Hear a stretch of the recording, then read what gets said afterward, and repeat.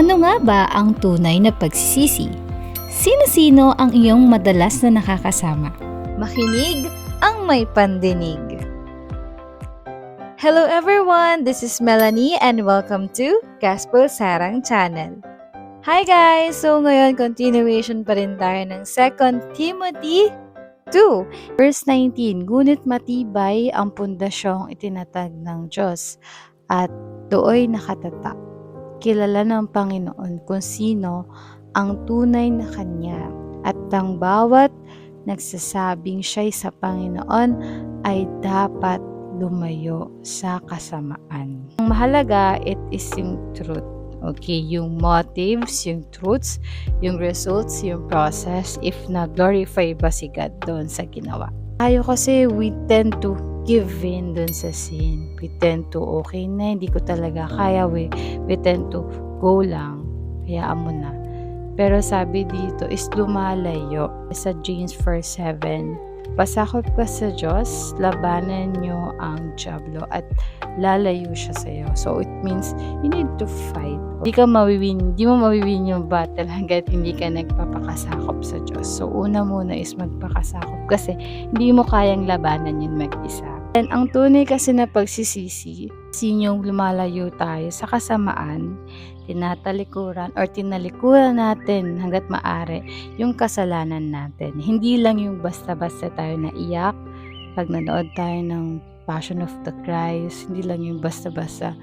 Alam mo yun, malulungkot ka lang. Sorry, di ko na maulit. Pero ulitin. Yung hinahanap na pagsisisi talaga, yung pagtalikod sa kasalanan, yun yung sasabi mo na tunay na sa party ka na talaga ni God. It is all about surrendering our life to God and mamuhay tayo kung paano namuhay si Kristo nung nandito siya sa earth. Kasi tinanggap na natin si Jesus sa ating buhay. Tinanggap natin siya bilang Diyos.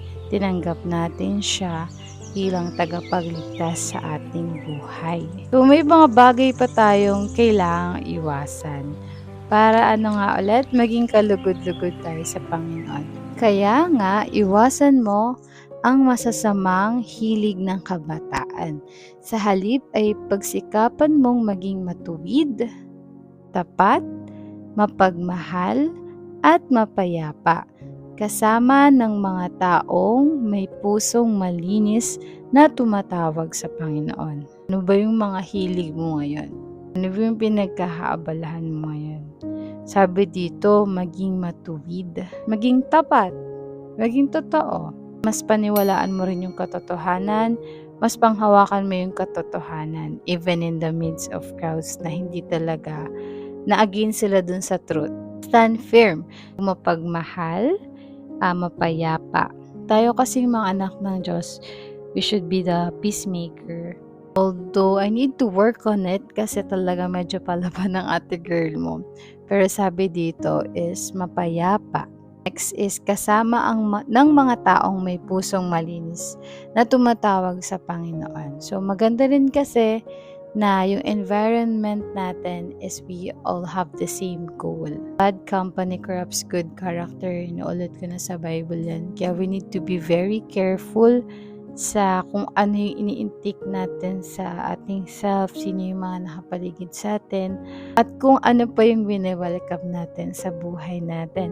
So, meron pang isa pang kailangan iwasan. Anong sabi dito? So, dahil masyadong mahaba at nakaka-overwhelm, ipa-post muna natin dito. And see you ulit sa next video. Bye-bye!